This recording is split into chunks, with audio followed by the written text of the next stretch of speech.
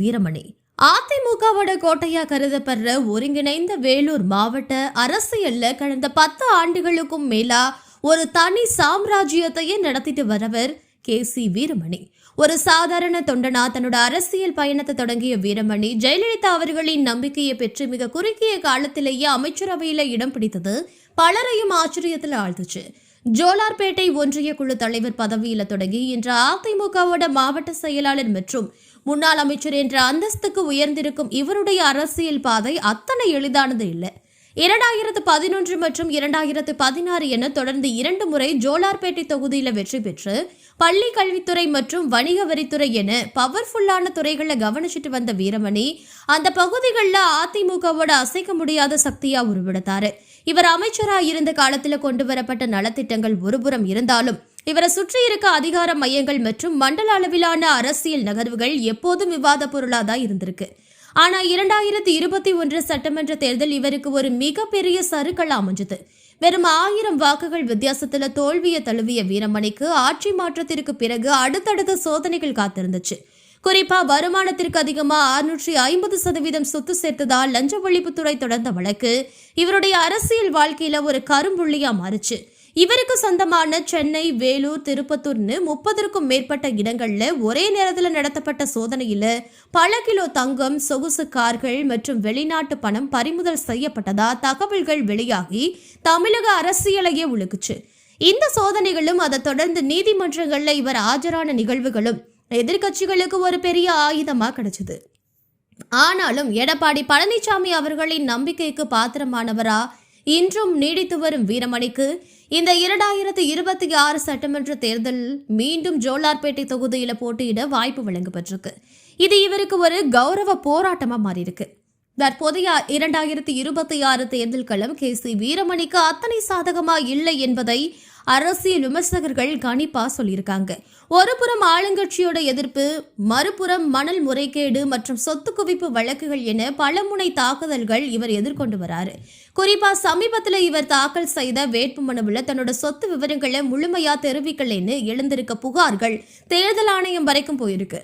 ஜோலார்பேட்டை தொகுதியில இவருக்கு செல்வாக்கு இருந்தாலும் புதிய அரசியல் சக்திகளோட வரவு மற்றும் உள்கட்சி பூசல்கள் இவருக்கு பெரும் சவாலா இருக்கும்னு தர்மபுரி மண்ணின் மைந்தர் என்று நம்ம அன்பழகன் நபர்களை பார்ப்பது போல திருப்பத்தூர் மாவட்டத்தின் மூலமா இந்த தேர்தலில் மீண்டும் வெற்றி பெற்று தன்னோட அரசியல் பலத்தை நிரூபிப்பாரா இல்ல கடந்த முறையை போலவே தோல்வி இவரை துரத்துமா என்பது இன்னும் சில நாட்கள்ல தெரிந்துரும்.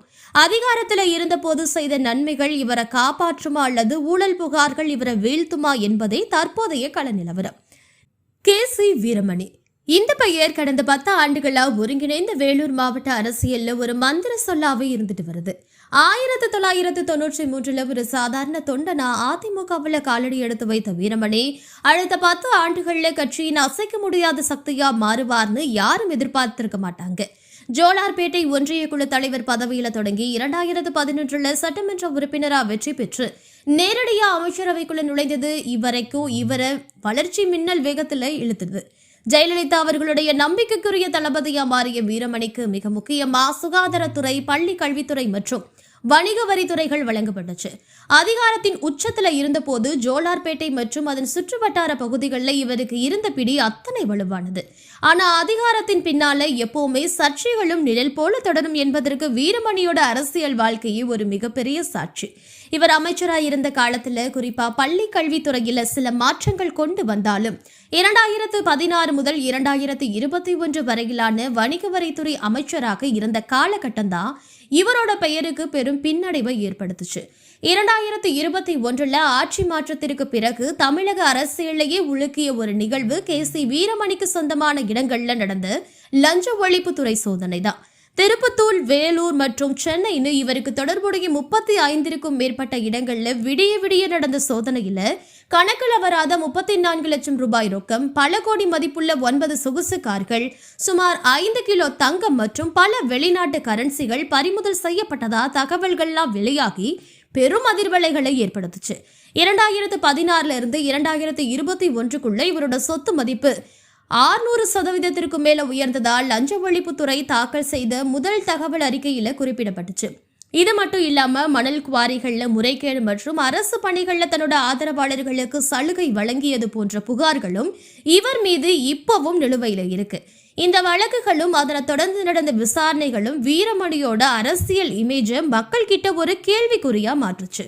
ஆனாலும் அதிமுக பொதுச் செயலாளர் எடப்பாடி பழனிசாமி இவருக்கு தொடர்ந்து மாவட்ட செயலாளர் பதவியையும் தற்போதைய 2026 தேர்தலில் மீண்டும் போட்டியிட வாய்ப்பையும் வழங்கி இருப்பது கட்சியின் மீது இவருக்கு இருக்கும் பிடியை காட்டுது.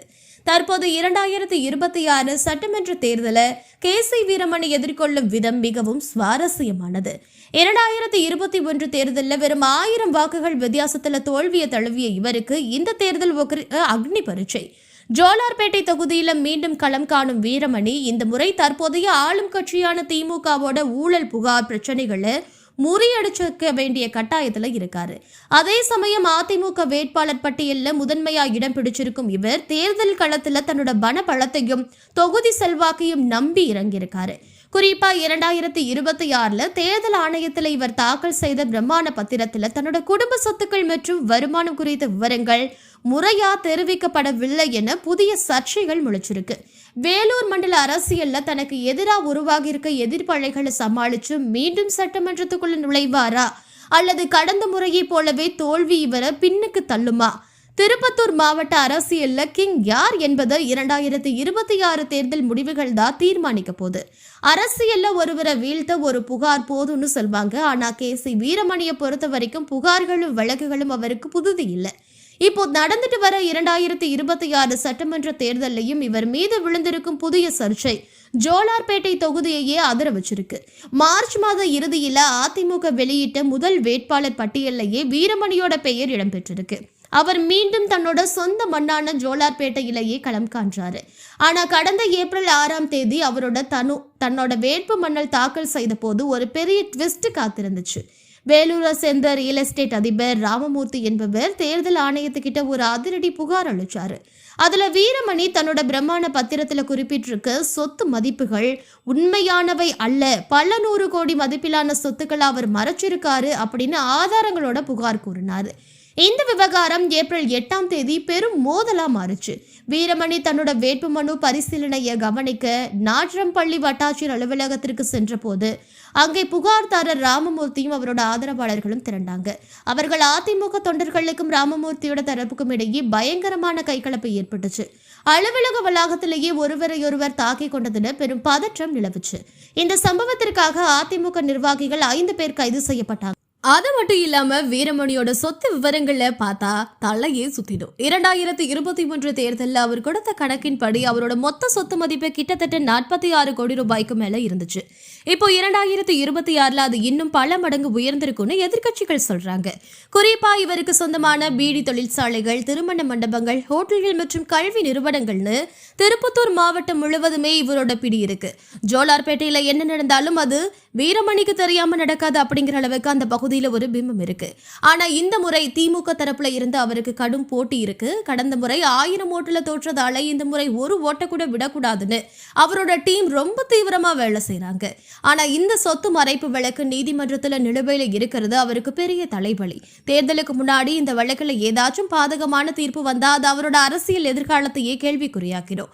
ஒரு பக்கம் ஊழல் வழக்கு, இன்னொரு பக்கம் வேட்புமனு சர்ச்சை, மறுபக்கம் தேர்தல் களம்னு 3 பக்கமும் நெருக்கடியில இருக்கிற வீரமணி இதையெல்லாம் தாண்டி எப்படி ஜெயிக்க போறாருங்கிறது தான் இப்போதைய தமிழ்நாட்டோட அரசியல் ஹாட் டாபிக்.